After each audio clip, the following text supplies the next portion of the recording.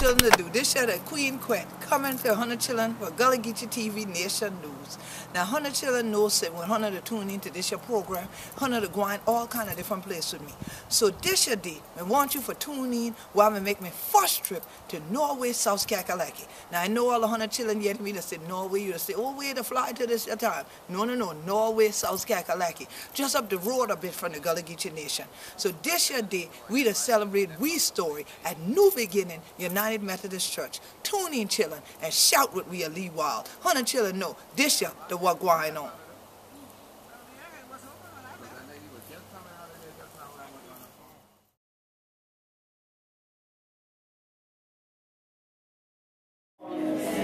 We still are making it over. Give us the strength to challenge those who would look upon us as not worthy of anything. And to let them know that we belong to you. And because we belong to you, Lord God, we are worth everything. We bind the spirit of the enemy who has no power in this place. We give him no power in our lives, our emotional life, our spiritual life, our physical life. We don't give Satan an inch. We bind him in the name of Jesus. And we accept the power that flows down from him unabated, uninterrupted. We accept all the power that you have for us, Lord God. Lord, we thank you for Queen Quet. Yes. The ministry that you placed in her spirit. Yes. We pray that as she shares this afternoon, that you will open our hearts and our minds and our spirits to realize that you are in this event. We thank you for those who are working diligently toward bringing your kingdom on earth. Continue to bless us, strengthen us, guide and direct us, that we will do your will every moment of every day. Help us to lead our children and continue to encourage them to move forward in their lives. That all things are possible through you. If they believe in you, everything that they set their mind to, their heart to, anything that they desire, they can receive if they believe that you can do it. Lord, we pray this prayer in the powerful, matchless, anointing name of Jesus the Christ. And we thank you for being the head of our lives, the ruler of our everyday existence. And we continue to turn over to him every problem, every circumstance, and let you, as we let go, we let you, Lord God, take care of everything that we need. In Jesus' name we pray. Amen. Amen.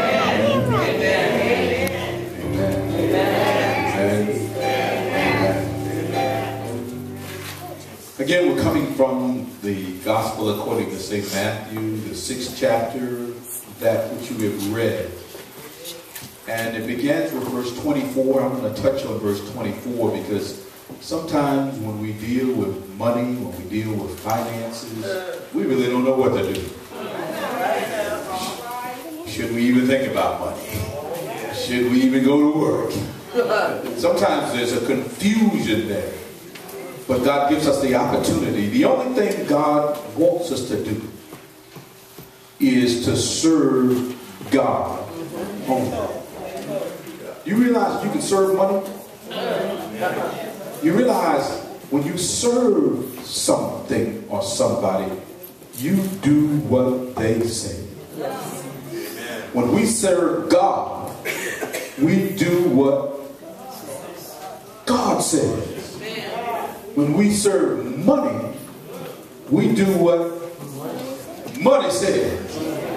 And money can tell you some strange things to do. Some illegal, some immoral. Oh, we serve God, we're okay.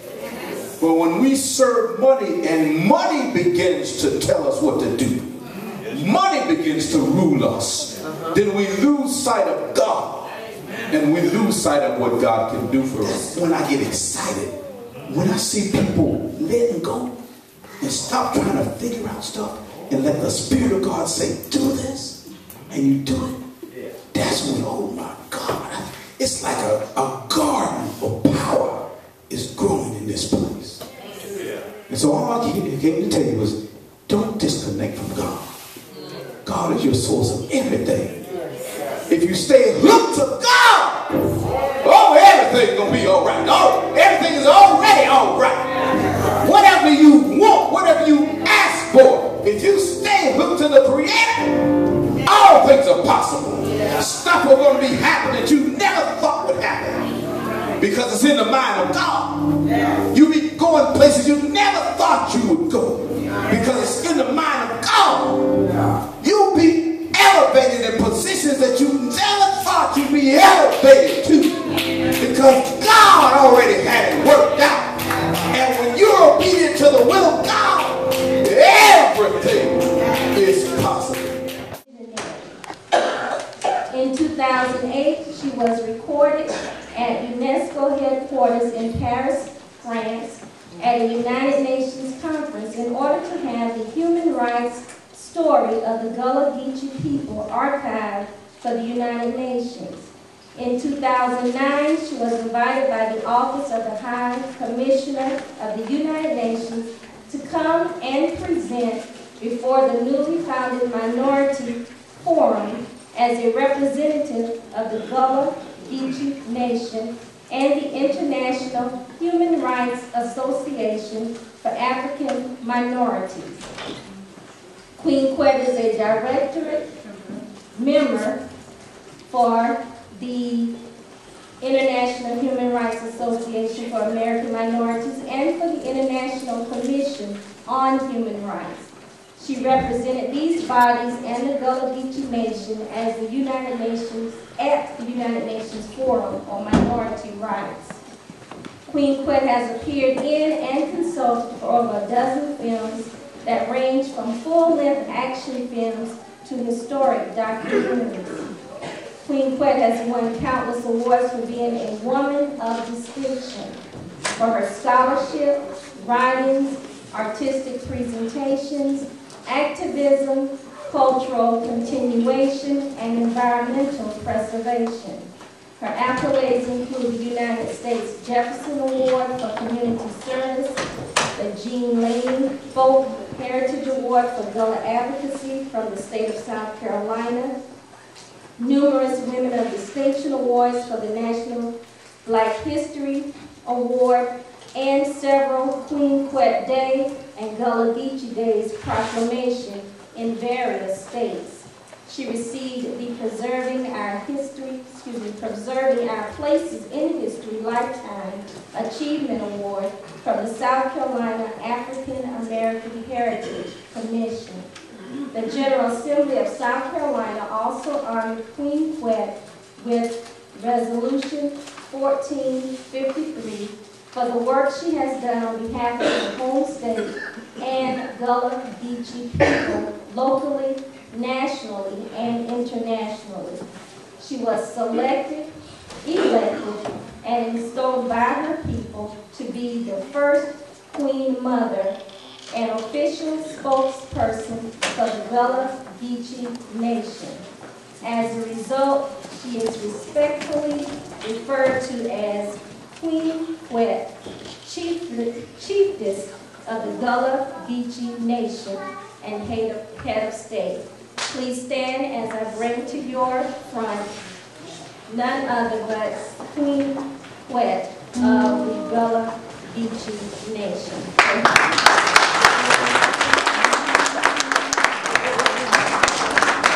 Walk with me. Walk with me, Lord. Walk with me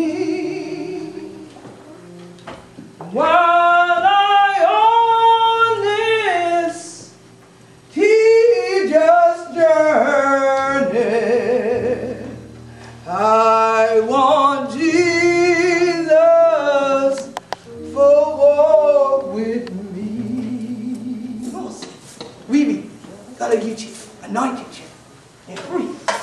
So when God gave her nothing, you're not thrown away. You see? Because when they throw him on the arm and anything like that, they will mean a believer. God will be good. The ancestors take everything for God to give them.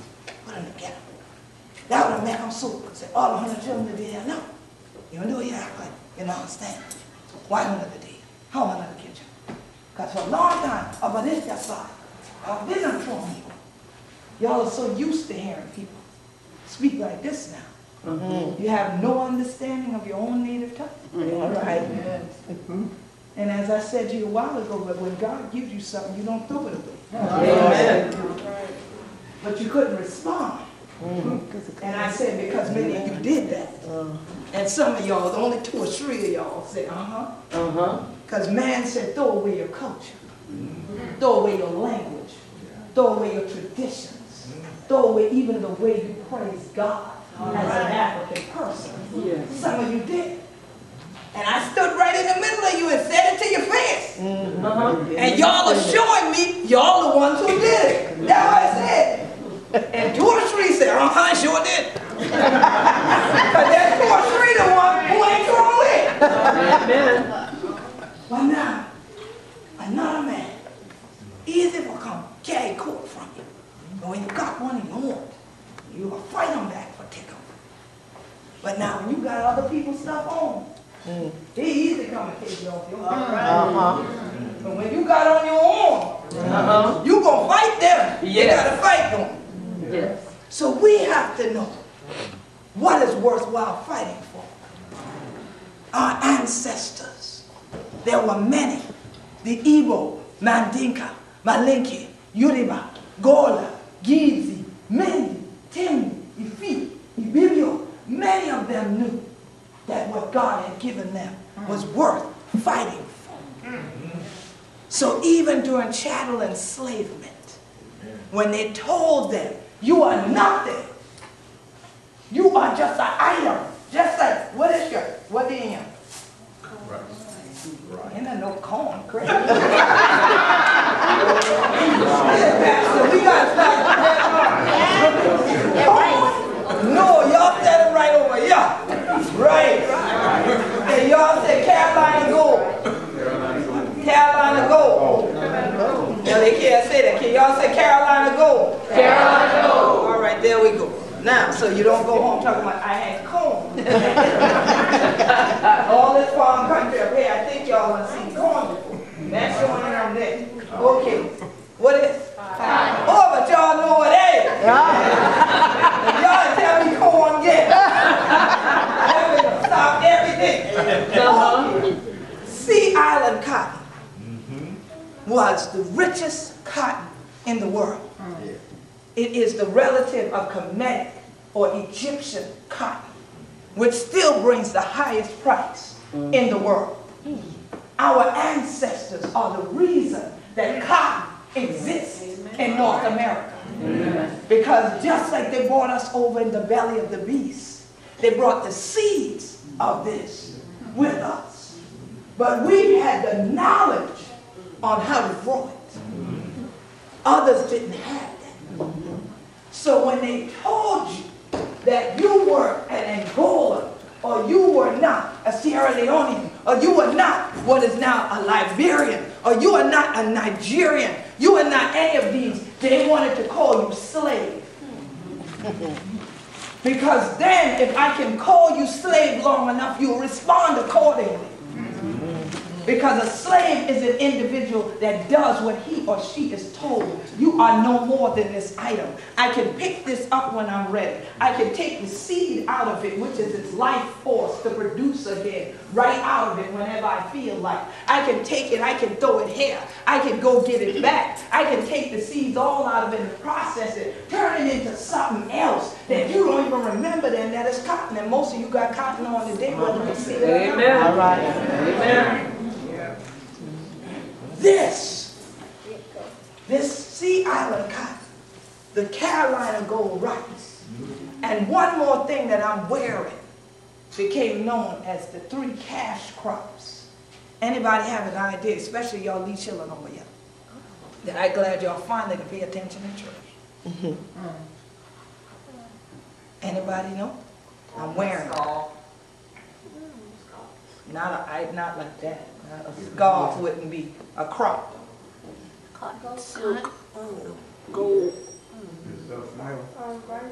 Tobacco. Rice, cotton, I'm wearing the other one. Rice, cotton, and gold, silk.